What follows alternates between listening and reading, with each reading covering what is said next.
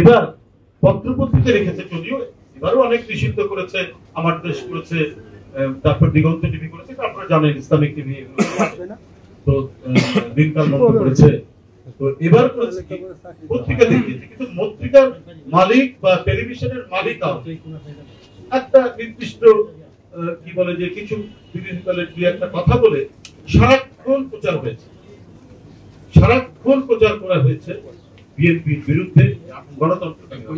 আপনি 4 তারিখ পর্যন্ত আপনি দেখবেন একজন কৃষি বিজ্ঞানী, আমি আপনাদের বলি, একজন কৃষি বিজ্ঞানীকে 71 টেলিভিশনে, মানে একজন বিজ্ঞানী মানুষ, কত ভদ্রলোক একজন মানুষ, 3 জন উপস্থাপিকা তাদেরকে প্রশ্ন করছে যে আপনি যে বেগুনের মধ্যে ক্যান্সারের উপাদান করতে পেয়েছে কেন, মানে এটা আপনি তো তাহলে সরকার বিরোধী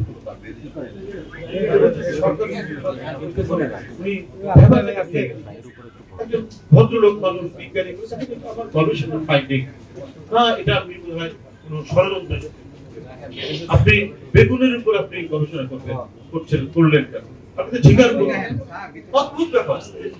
আপনি দেখুন এখন ভাইরাল আছে 3 জন উপস্থিত। এটা কোনো গণতান্ত্রিক সমাজ হতে পারে, কোনো রাষ্ট্র হতে পারে।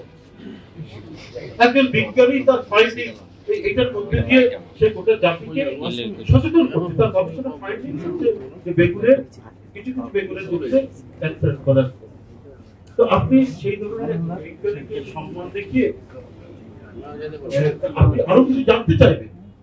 আপনি তো বিজ্ঞানী নন, আপনি মিডিয়ার ব্যক্তিত্ব, আপনি উপস্থাপিকা, আপনি এটা প্রহসন করলেন না, তো এটা করার ঠিক, এটা মিডিয়ার মালিকরা করেছে এবং তার সাথে অতি উৎসাহী উপস্থাপিকেরা, তারা ওই মিডিয়ার মালিকের কাছে, সরকারের ইয়ের কাছে কি বলে যে সরকারের কাছে ভালো হওয়ার এমনও দেখতাম, কথা বললাম নাম উল্লেখ করি, এমনও দেখেছি যে প্রধানমন্ত্রীকে প্রশ্নের ক্ষেত্রে 5 মিনিট প্রশ্ন করেছেন, তার মধ্যে 4.5 মিনিট হচ্ছে তার স্তুতি।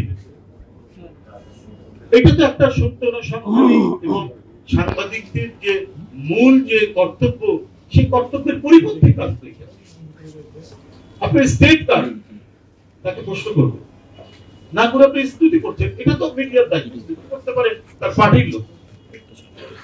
সুতরাং গণমাধ্যমের যে দায়িত্বশীলতা, সেই দায়িত্বশীলতা হচ্ছে যে আপনি, যেটা আমরা সবসময় বলি, সমাজের আয়না বলি, বিরোধ বলি, আমরা যাই বলি, কিন্তু আপনার বস্তুনিষ্ঠতা হচ্ছে গণমাধ্যমের মূল বৈশিষ্ট্য।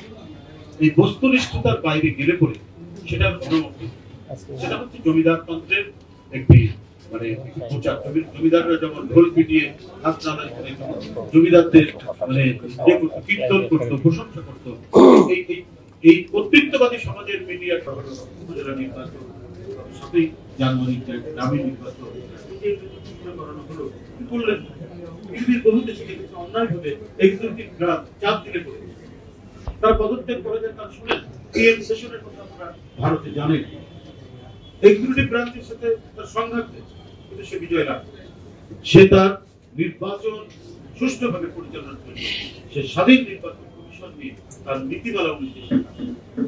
তবে আপনি একজন সচিব ছিলেন, আপনার শিক্ষিত মানুষ, আপনি শুধুমাত্র আপনার চাকরি রক্ষার্থে শেখ হাসিনার কথা শুনে যে অন্যায়গুলো করলেন, একতরফা একটা নির্বাচন, গুন্ডা পান্ডা সন্ত্রাসী দিয়ে ব্যালট ভরার গোটা দেশ দিচ্ছে, আন্তর্জাতিক গণমাধ্যম, তাহলে আপনার চাকরিটা এত বড় ছিল, দেশ রাষ্ট্র, এটা কি আপনাদের কাছে বড় ছিল? এই ধরনের আমরা কৃতিত্ব আপনার নির্বাচন কমিশনার করুন, বিচার বিভাগ করুন, কত চাপের মুখে তারা ন্যায় বিভাগ আপনার সিদ্ধান্ত। সেই ক্ষেত্রে নির্বাচন আজ্ঞাবাহী এই নির্বাচন কমিশন আমাদের গণতন্ত্র ধ্বংস করার জন্য যারা যে সমস্ত প্রতিষ্ঠান দায়ী, তার মধ্যে এই নির্বাচন আমি তো বলে দিলাম